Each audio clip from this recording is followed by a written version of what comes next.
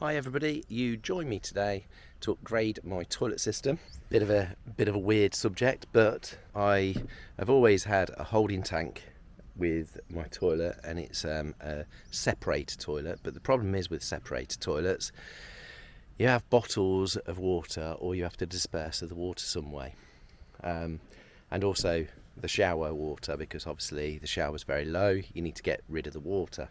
So what I had in the past was a very simple, and I'll put a description up of what I did do, and it's been fine up to about 2 years. It was a very simple, very cheap way of doing it, and now I've upgraded to a lot better system, and hopefully it'll cope a lot better and I won't have any issues with it. What happens is you have a separator in the toilet.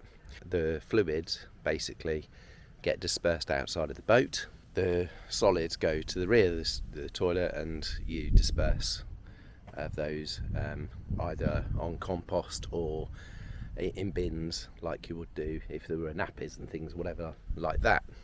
So what I've got in front of me here is a Whale 8-litre storage tank, and what happens here is fluids come into the top, and basically they will go out of the bottom through a Whale pump. Now this Whale pump I've got here is a Gulper 220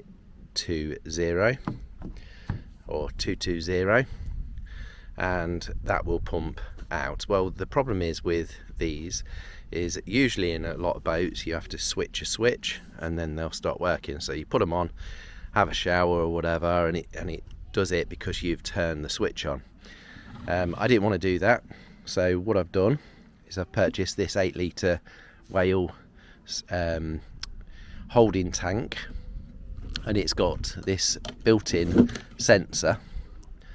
As you can see, that's the sensor. I'm not 100% sure how that works, but I'm assuming some sort of like sonar or something like that that's probably built in to indicate how much fluids is in there.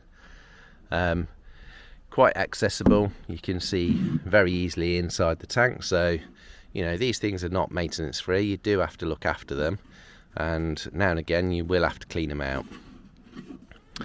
But that being said, this should be a lot less maintenance than most things. That screws down nicely and gives you a good tight seal. I'm not going to seal it all up, but as you can see, you've got lots of inlets all along the top, lots of them, all different sizes, and you've got 2 outlets, one at the bottom here and another one a different size here. So that's 25mm and the other's a 19mm. These are supposed to be going together. These are supposed to go together. As you can see, there's a picture of a Whale pump on the picture there. Now this upgrade is by, I think it's about £400 in total for both of these. This was about 170, and this is who I've brought them off. I've had really good communication with these guys. They supply absolutely everything you can think of to do with boats, and they're very, very helpful if you you need some information. I'm going to take the old toilet apart and start fitting this newer system in, and see how we get on. Okay, so there's my Simpaloo. So beneath the flooring we've got this and a removable panel, which is very simple, and that's the old storage tank, and as you can see it's a little bit small. So what I'm now going to do is just check that this one's going to fit, otherwise I don't know what I'm going to do, to be completely honest, so we'll figure that one out. Okay, so I've discovered that this is going to fit under the toilet, which is perfect. So I just need to make some openings. That one I need to drill out, this one and this one, so the 3 smallest ports. So I've drilled out the ports that I need, and that's perfect.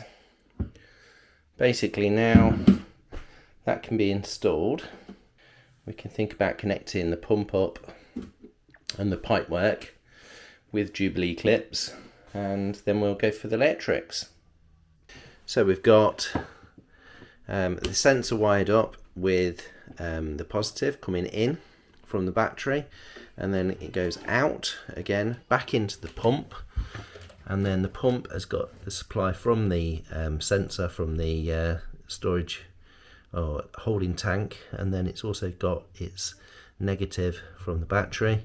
So that's now completely wired up. It has got its 5 amp fuse in line as well, and now we've just got to connect to the pipework up to the toilet and the shower, and hopefully it will work.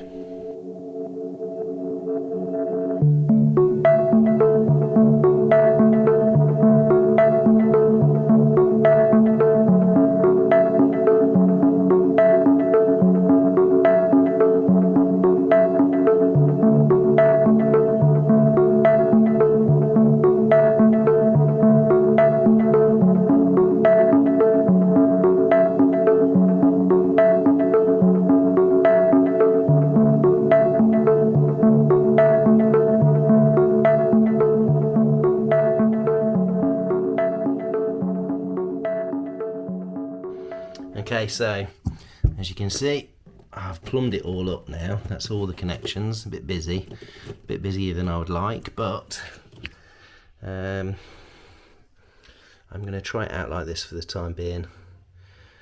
Hopefully it all works. So as you can see, we are dry as far as I can tell.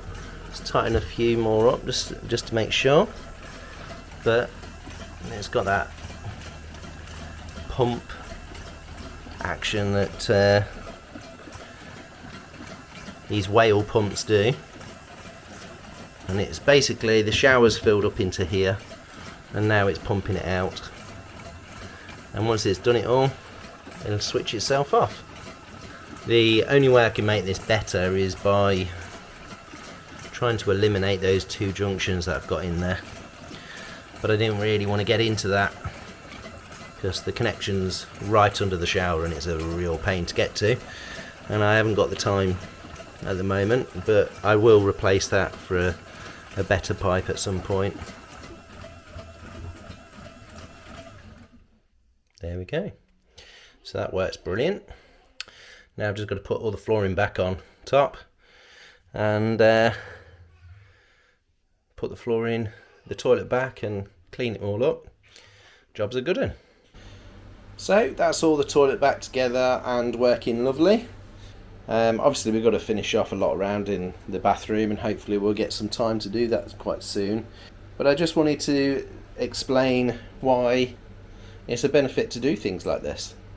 So the benefit of fitting the toilet in the way I've done it, to pump out the fluids, so you don't have to empty a bottle all the while, which is just a nightmare, and there are little gadgets that you can buy to make sure that you don't overfill them, but you know, these things can be overfilled quite easily, and I've had bad experiences in the past and it's not nice.